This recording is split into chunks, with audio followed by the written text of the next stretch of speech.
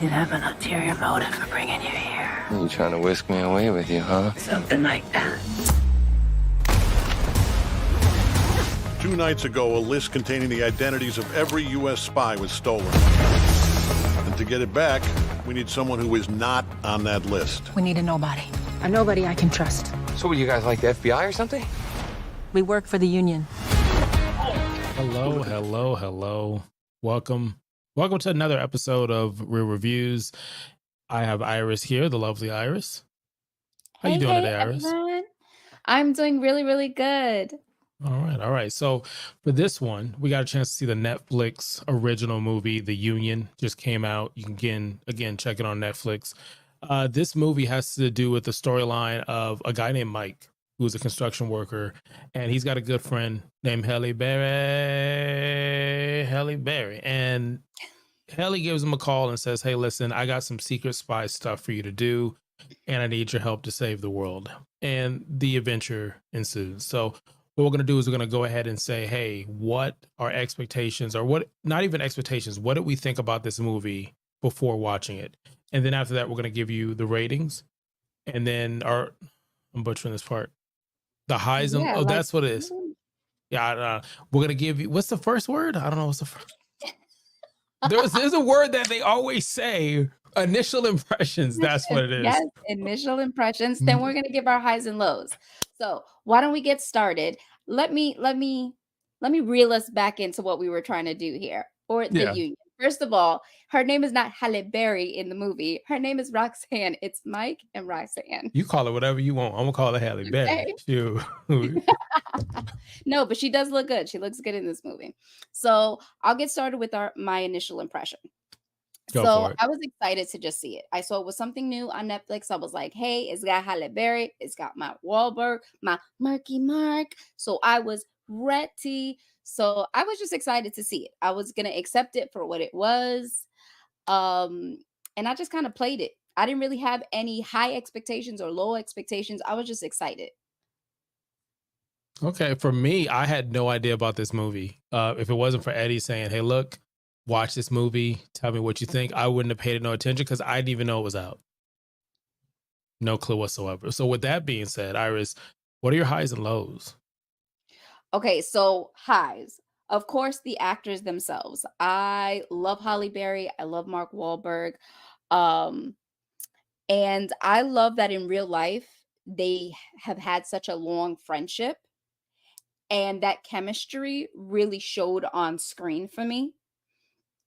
Storyline I thought was cute. I mean, it was predictable, of course, because it reminded me of any other like spy type of comedy rom-com type movie. I think it wasn't meant to be like, oh, big twists, big turns. It's supposed to be something cute, different, and I say that with quotes around it. Like different, really? Not really. But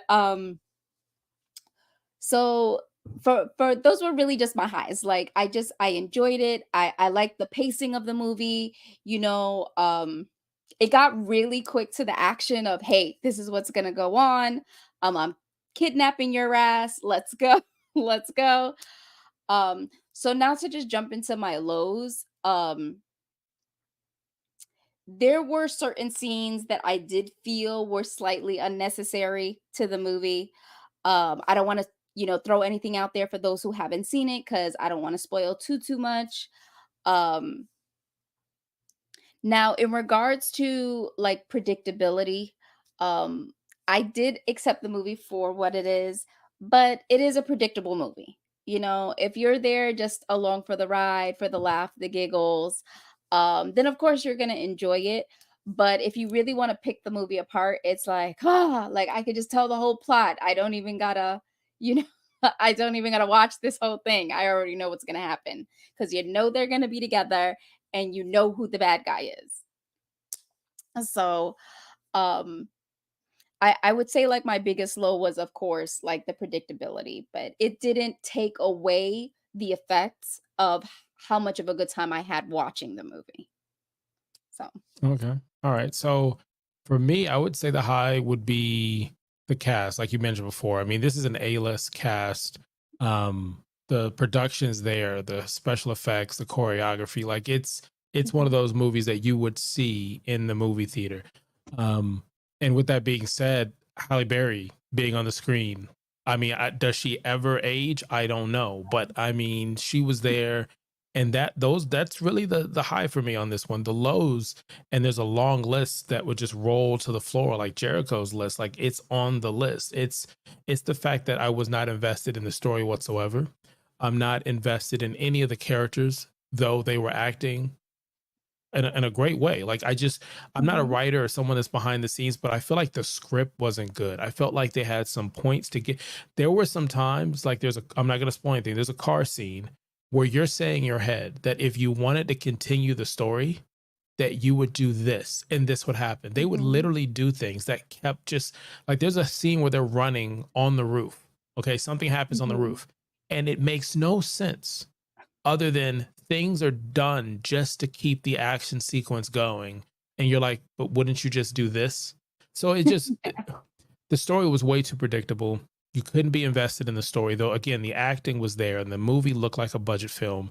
And it reminded me of a poorly executed Red Notice. It reminded me of a really poorly done Extraction 1 and 2. Like, the fact that, again, this wasn't to be this movie. Like Iris said, it seemed like it was supposed to be a rom-com / action. They couldn't figure out which one it was. Because if you miss a turn, you're going to forget there's some love interest type stuff going on.